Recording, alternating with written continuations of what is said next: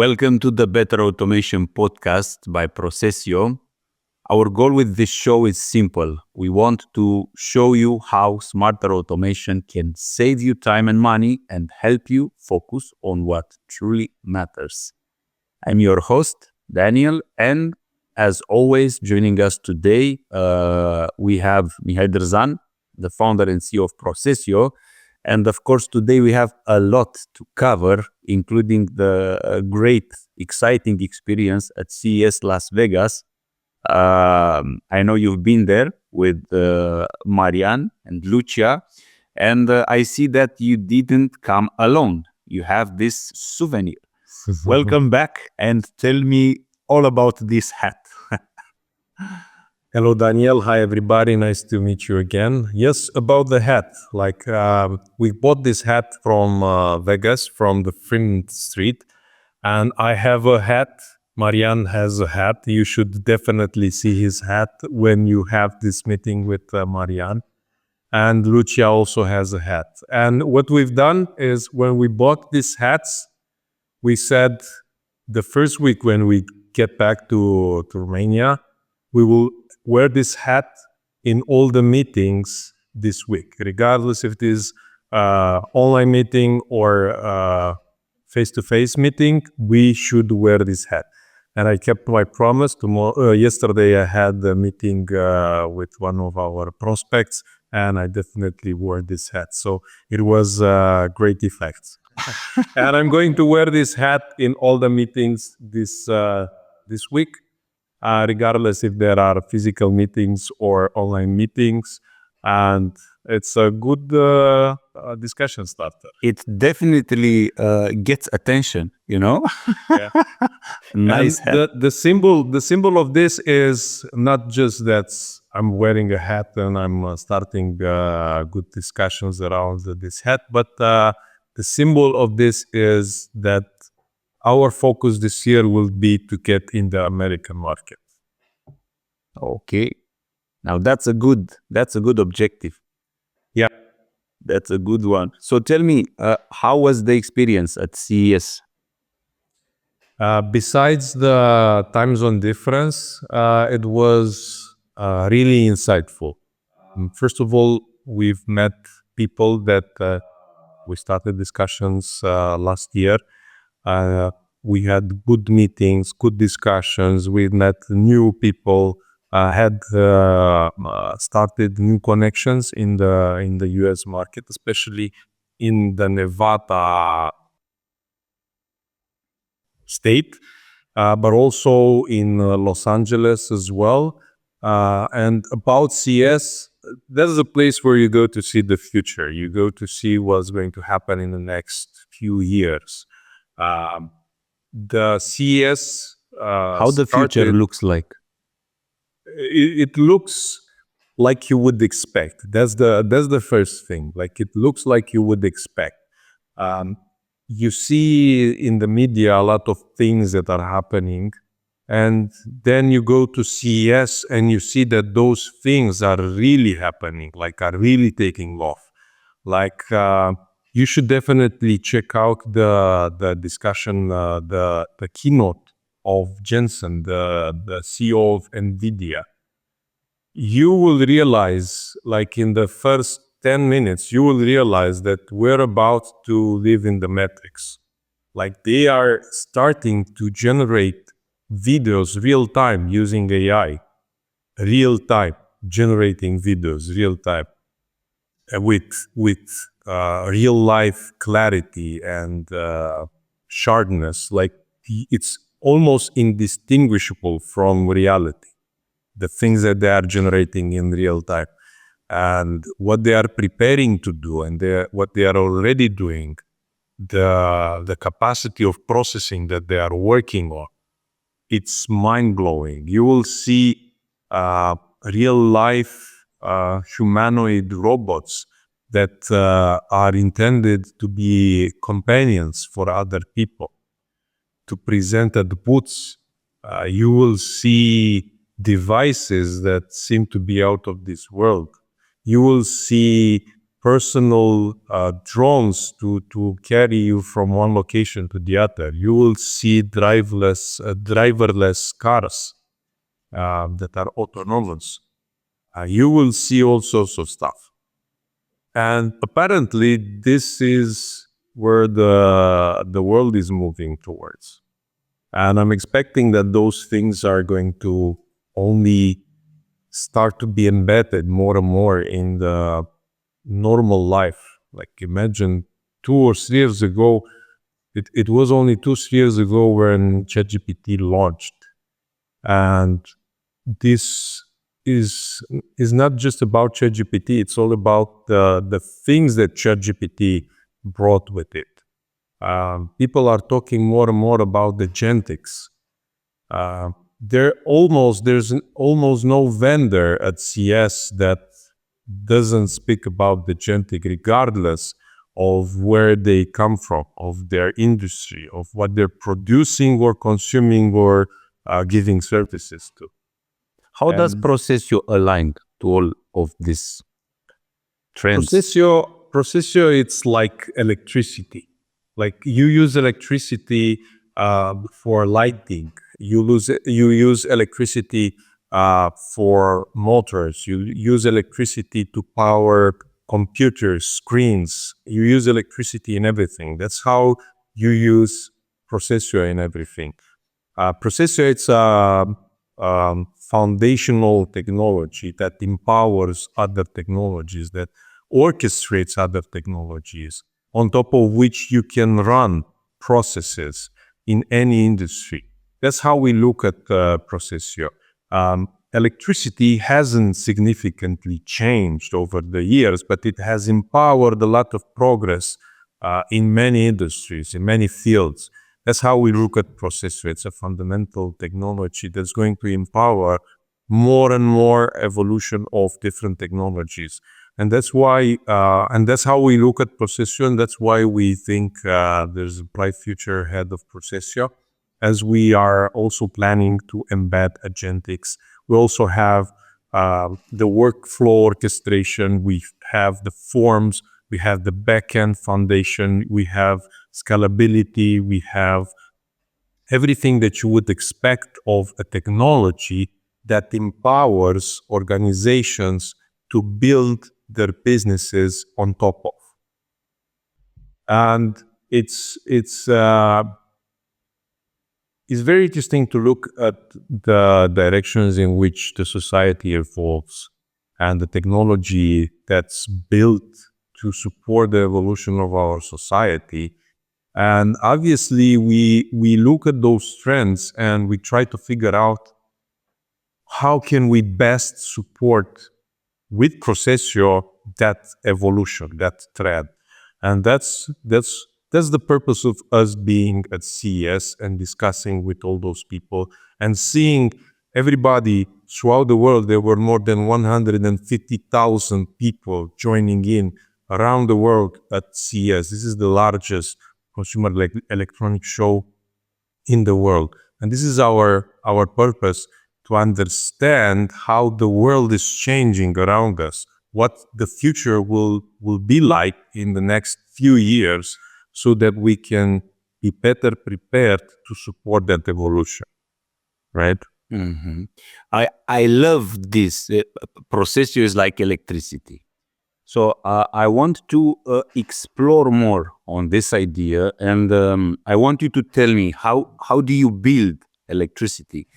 Because Procesio is used mainly by technical people and generates visible outcomes for the business people. So I want to approach both these elements: how Procesio is built, how Procesio is used by technical people to generate real world results for businesses, for business people. So um, I know that the technology is very flexible, very versatile, but I want to take some time and discuss. Imagine that I'm a technical person, which obviously I'm not.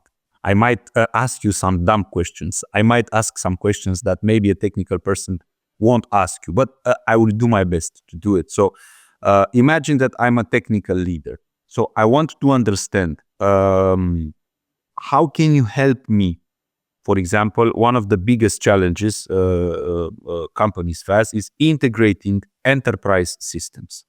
How can PROCESIO help me as a technical person integrate these enterprise systems, Sure. orchestrate them? So let's start from the beginning, from the comparison electricity, PROCESIO. PROCESIO is similar with electricity from this perspective as well. Like electricity is used by everybody in the world, right? You do not exist in this modern world without using electricity at least once a day. At least when you turn on the light, or when you talk to a mic, or open a computer, or use the mobile phone, you use electricity. You're a user of that electricity. So in our world, in PROCESIO's world, you're the business user, right?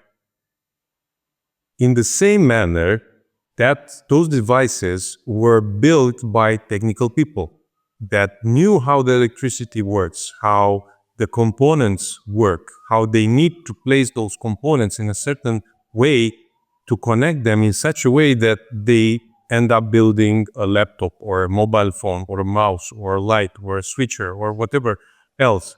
In the same way, a technical person in PROCESIO needs to understand at a deeper level how PROCESIO works, how automation works, how API work, how communication between different systems work, how scaling works, and so on, in order to build an automation, a project, a user interface, an internal portal, or an external facing application, and so on. So they build it, and then that's used by the business people.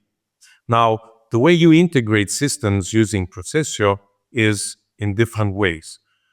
We've just yesterday had this discussion with a prospect that I was mentioning, and the discussion followed the same path that always has. We've discussed with technical people, and they said, okay, our systems, like if we need this project, like we need this particular project, but the challenge is that if we are to integrate with our systems, is going to take months. Like we're not open to do that. Maybe at some point. But this problem, it's important for us. And then we look at what their systems are currently capable of doing Can you in name order.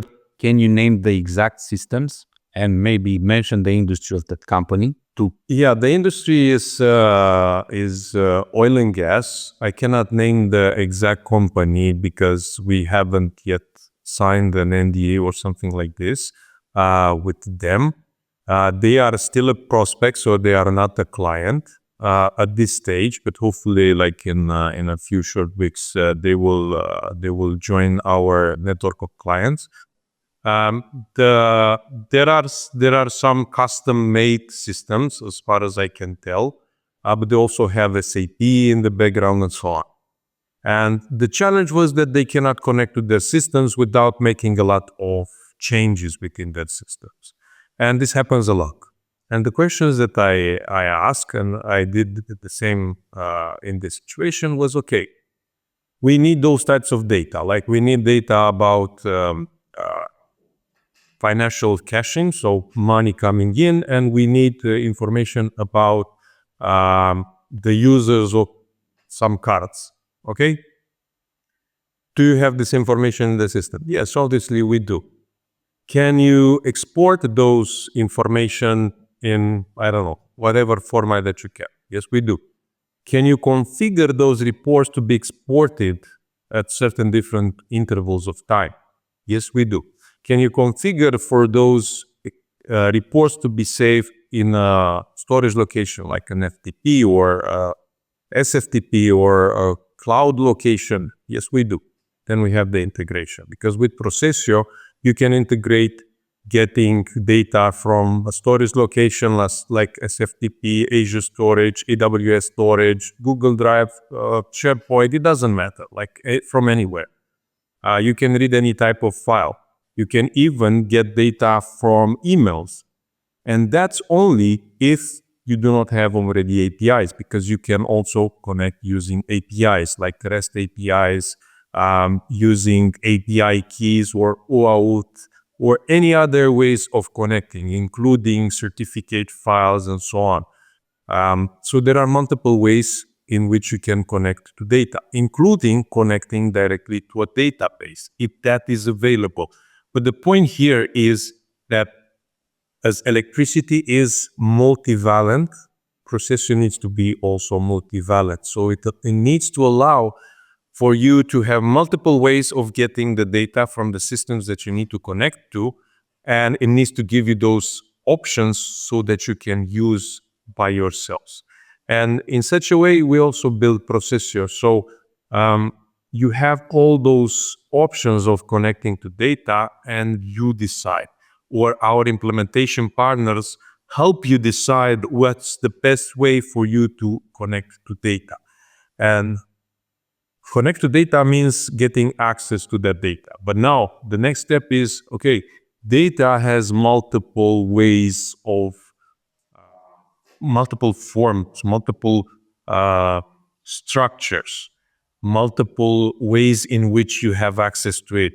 PROCESIO also has the capability for you to model the data, regardless if it is received or you have access to it from a database in a tabular format, or from a file like Excel, like spreadsheets, CVS, TXT, XML, JSON, PDF, docs, regardless of how that data resides and how you can get access to that, PROCESIO is able to process that data, to model that data, and put it in another format. Obviously, you need to be technical for you to be able to model and manipulate the data that you get access to it. So you change it in another format so you are able to do the next step in the process that you're building. Because in processes, there's always a next step. You get access to the data. Now you need to do something with it. After you do something with it, you need to send it back, or inform somebody, or trigger an approval flow, or send it to another system that gets that data in another format. So you need to model the data all the time. You need to model the data, and PROCESIO offers you the tools to do so. Can you model this data regardless of the format? Yes, obviously, because Regardless, so it doesn't matter the format in which the data currently it resides in. doesn't You matter can the format in which data comes in. But you need to be technical about it. You need to know what are the techniques, because PROCESIO allows you to use whatever technique you want, but you need to understand those techniques. Like, you could use data models directly from PROCESIO, or you could use scripting. Like, you could use Python, you could use JavaScript, Node.js, C#. So we can also build other scripting languages. If one of our clients requires this, we can implement other scripting languages directly within PROCESIO, so users can use those scripting languages out of the box in PROCESIO. But you need to understand those techniques. PROCESIO gives you the tools, but it doesn't do it for the user automatically. You can also process unstructured data, but for that you need to use AI. Like, you need to use OpenAI, or you could use other large language models which know how to enforce a certain data structure that it's outputted from those. Which you need to use to understand those techniques in order to use that. And we help you. Like, we are here to help you. We are here to support our users, regardless if it is community users, paid clients, or implementation partners. We are here to empower everybody in order to use our technology as best as possible, as effectively as possible, and as fast as possible, because that's what is all about. Use it fast. What do you see as being the biggest challenge for technical people based on your experience? You have hundreds of implementations until now. What did you see as being the biggest challenge or the biggest challenges for technical people, and this being the reason for them to come to you and use Procesio to solve those challenges? Can you name them? Yes, there are a few. We see there are several types of users that get onboarded in Procesio. The first one, which is the most successful type of users, are software developers. Generally, when a software developer sees and puts their hands on Procesio, they feel at home, because Procesio is built like a visual software development environment where you have inputs, you have outputs, you have variables, you have data models, you have APIs. So they are already used to it. You have scripting languages. They immediately get it.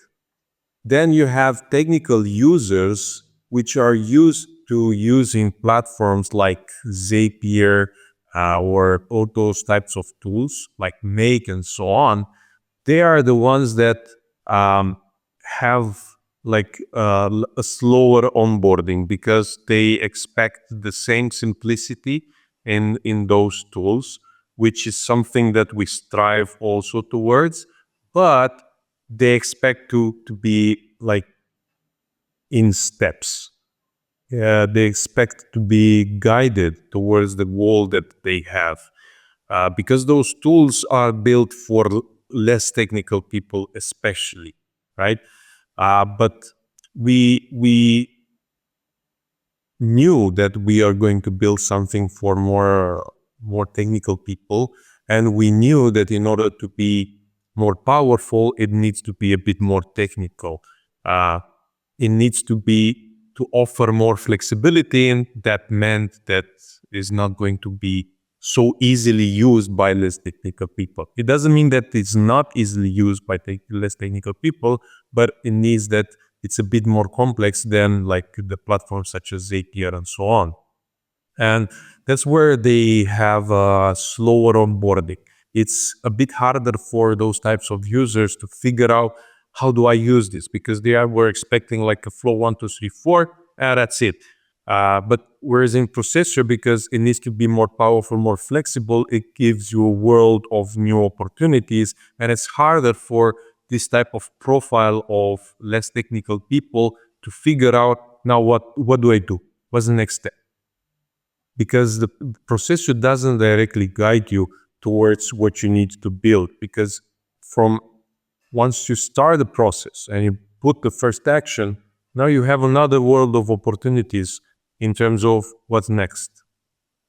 Mhm. But you Hopefully I also managed have the to low explain code, it. no code component. So Yeah. even if you're not that technical, you can still use Procesio. Yeah, definitely. Definitely.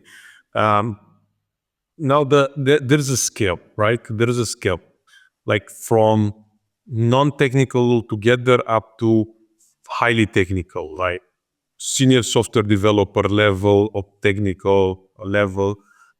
Everyone can do something in Processio. Obviously, as you are more technical, you will be able to build more stuff, more complex stuff. You will have no limitation if you're highly technical.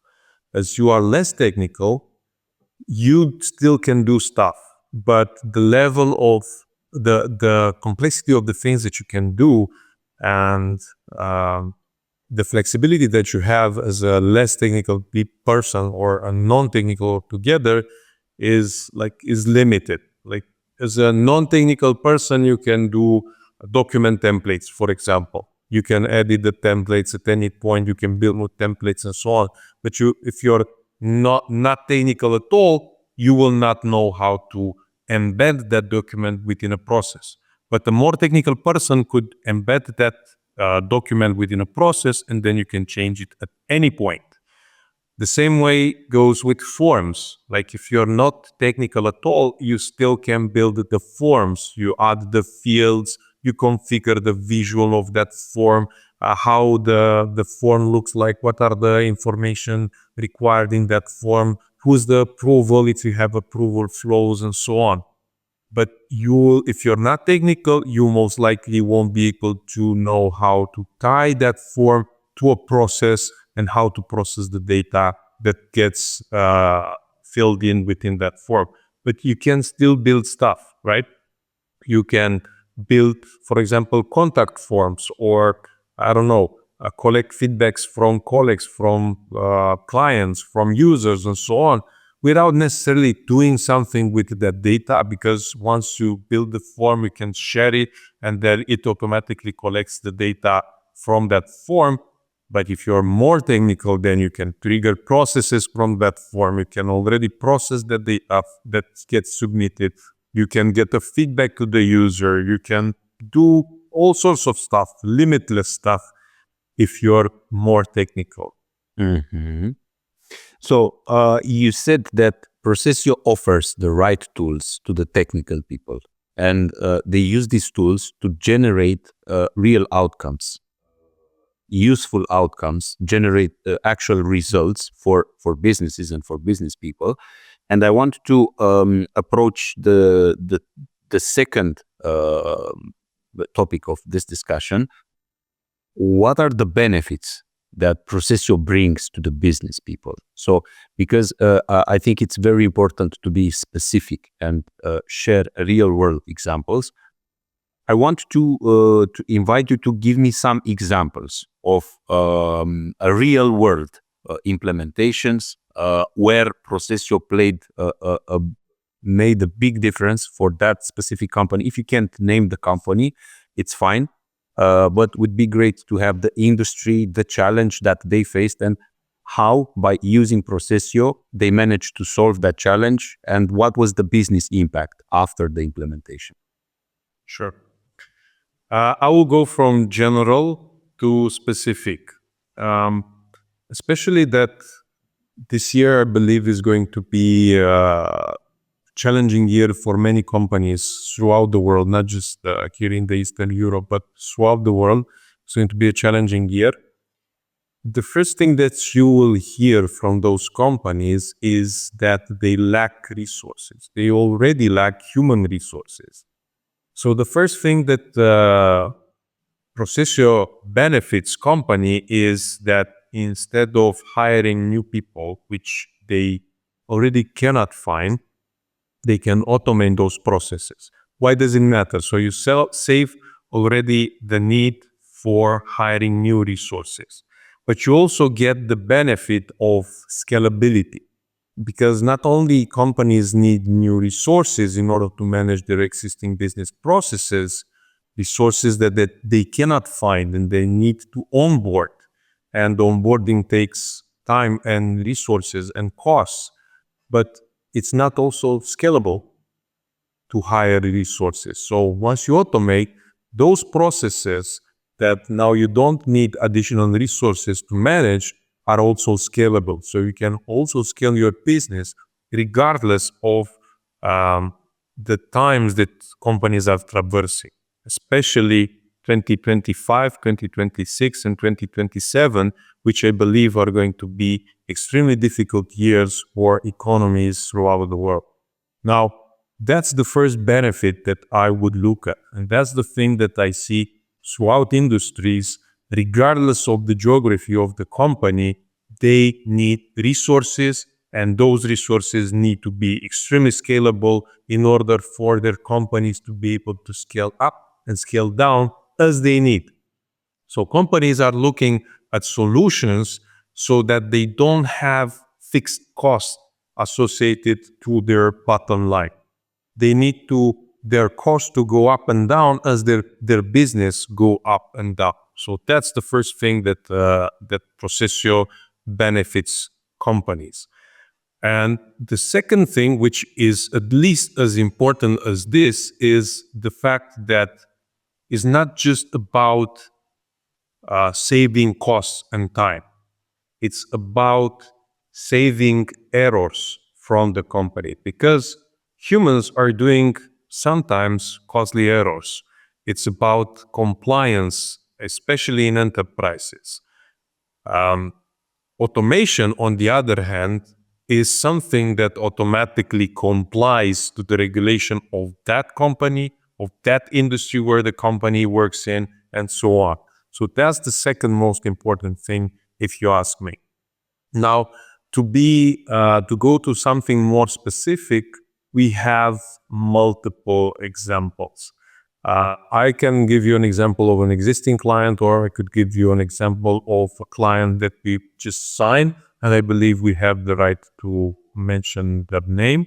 It's not yet implemented, but I can tell you more about Yes, the please. That scope would of be that. great. That would Okay, be great. so we've just started working in January. We just signed the contract yesterday with Roof. This is an NGO. It's NGO intended to help Romanians throughout the world to set in US, right? And not just that, but the idea is that they have a wide network of um, people that are contributing to their goals, and those people, how do they call Shareholders, no, contributors. volunteers. The volunteers. Okay. Okay, so the volunteers, those volunteers go to different events, meet different people, and in order to grow the network of Roof, those people get the contact details of the people that they have met, obviously with those people's consent. And once they get the details, those details need to end up in a CRM. So the network of people contributing to the NGO grows every day. And it's not about growth. It's about understanding more about the persons that are growing the network. What are their capabilities? What can they contribute with? Are they willing to contribute with something? And so on. So this increased the impact of the NGO if they knew what those people are doing and what they are about and how they can contribute to the network of this NGO. And how do you do that? Once the network grows, you also need to grow the resources. But guess what? Resources are scarce. Exactly as I mentioned before. You cannot grow the number of people that are doing the same level of work in a consistent level to actually research everybody and get everybody within the CRM and understand more about each of the person and document everything all together. But guess what? Automation can. And it can scale up and it can scale down as the need grows or lowers. And this is what we're doing for Roof, for this NGO. And this is something that any NGO throughout the world can benefit from.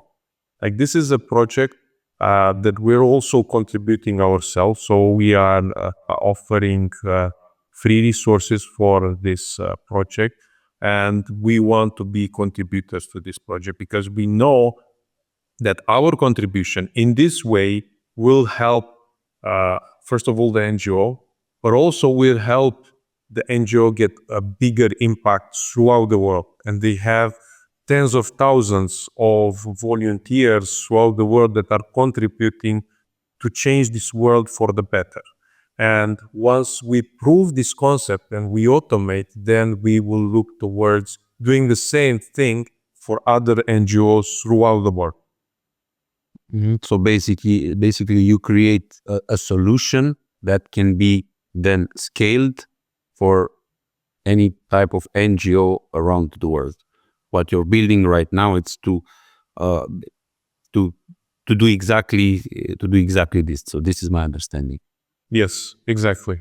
We're building in order to help Roof. First of all, Romanian United Fund. This is the Roof. This is where Roof stands for. And once we do this for Roof, we also always, when we build something, we always keep in mind how can this be scaled.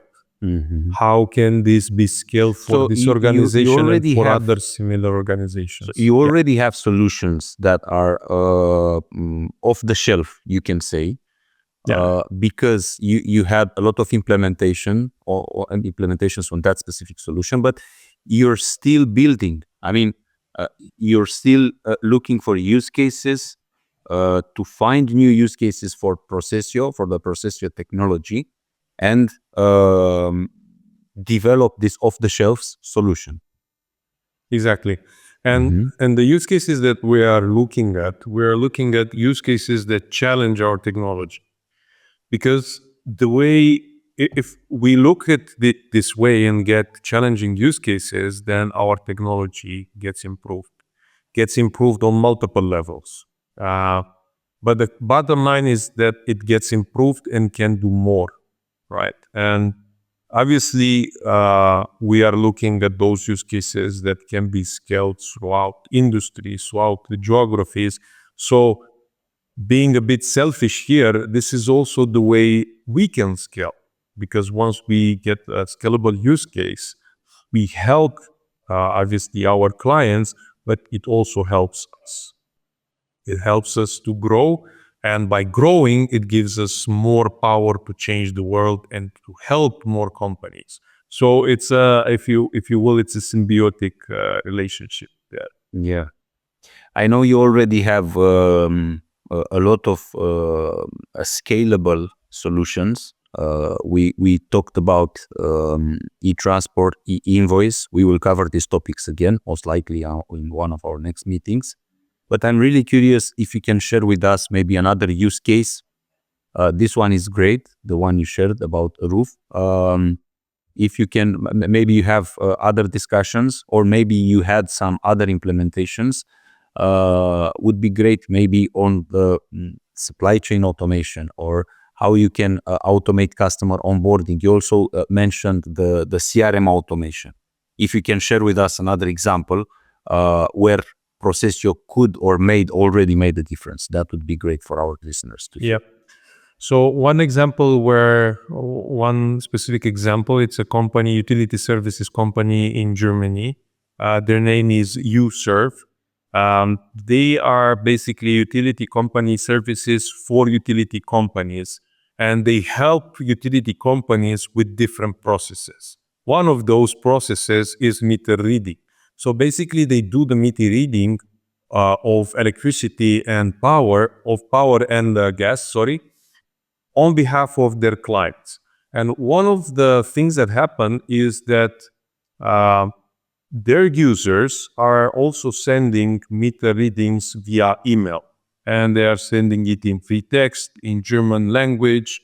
And they had an army of people that were monitoring those emails, reading those emails, extracting the data from those emails, and then putting the data back in the existing systems.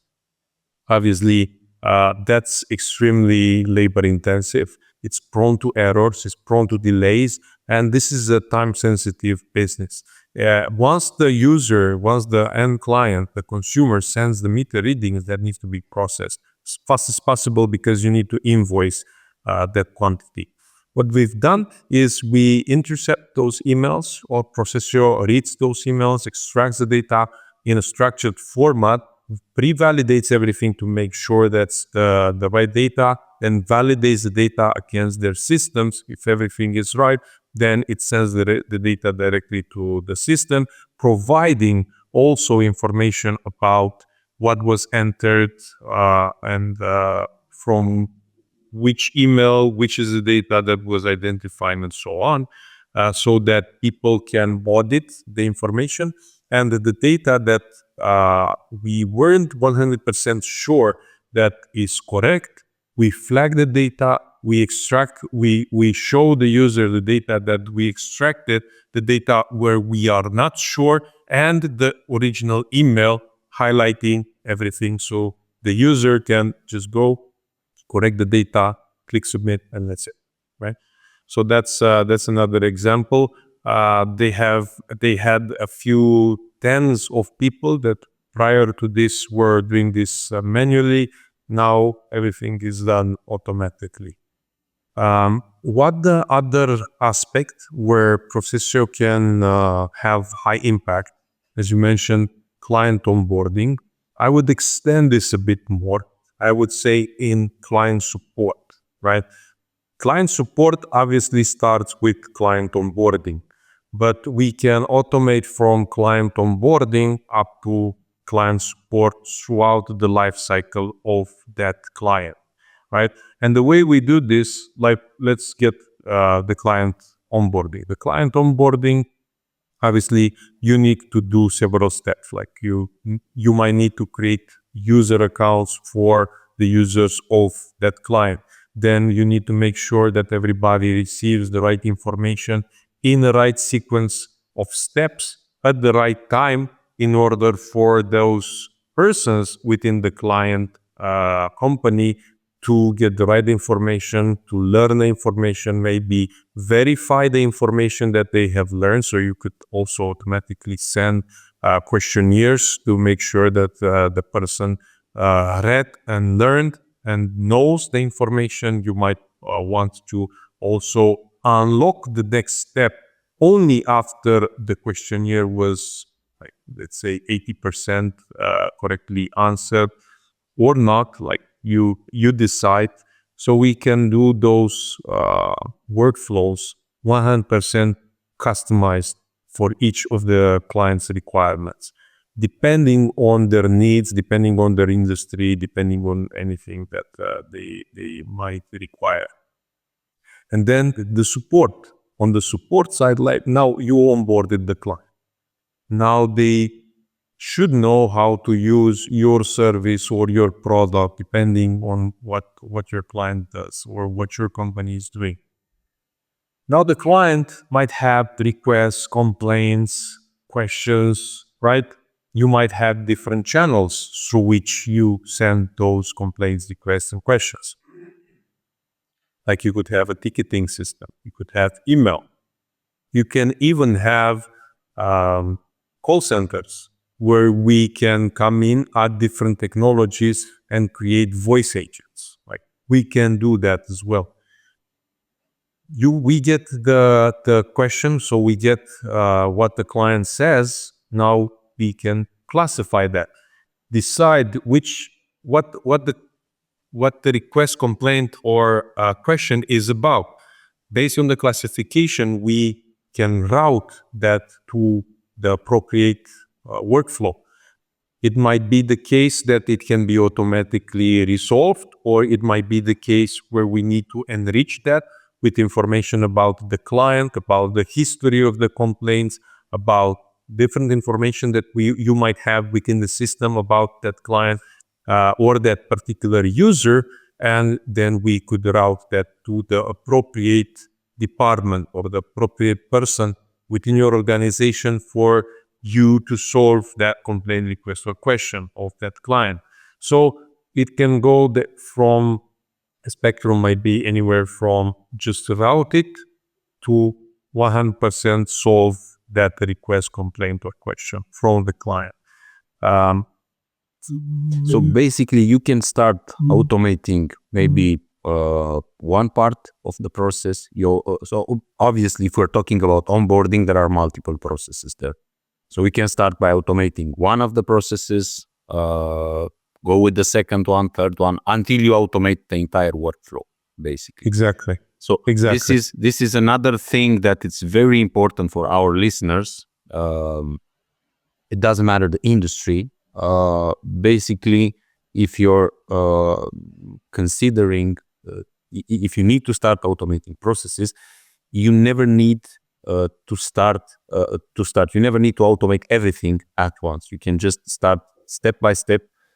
Start maybe smaller and then grow along the way. This is something that everybody can do using PROCESIO. Exactly.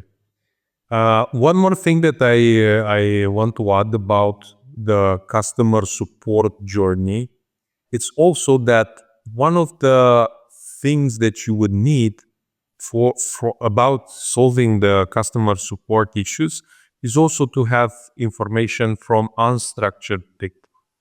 Unstructured data such as contracts, such as offers, such as other documents that you have about your relationship with that client, or information that you have conversed with that client back and forth throughout the lifetime of and throughout the journey of that client. And that is unstructured information that all companies have, regardless of the type of company. Everybody has that unstructured information. Now think about it. Unstructured information within a company is something that's a gold mine that nobody uses. It's the foundation of all the automation that nobody does. That foundation of data, if you were to automate it, there are so many use cases that you can build within that organization. And now, one more thing, think about it. As I mentioned, hard financial times are going to come in the next 3 years, starting with this year. The first thing that companies look at in order to cut costs is customer support. Unfortunately, it's true, and unfortunately, this is what's going to happen. So everybody is going to look, where can I cut costs? Customer support is the first place they look at, and the last place is sales. So that's the scale. And we can help turn from unstructured data to highly structured data that can be the foundation of automation within that organization. Because think about it. Once everybody has this layer of unstructured data that's about clients. All the processes within a company, it's about clients, because that's the purpose of every business. The purpose of every business is to offer products and services to their clients. The unstructured data is about their clients.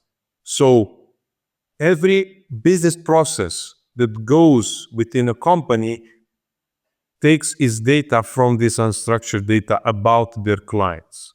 Now, structured data about a client can be orders, can be products, can be services, can be anything that that company is doing towards those clients. But this is their source of data, the unstructured data.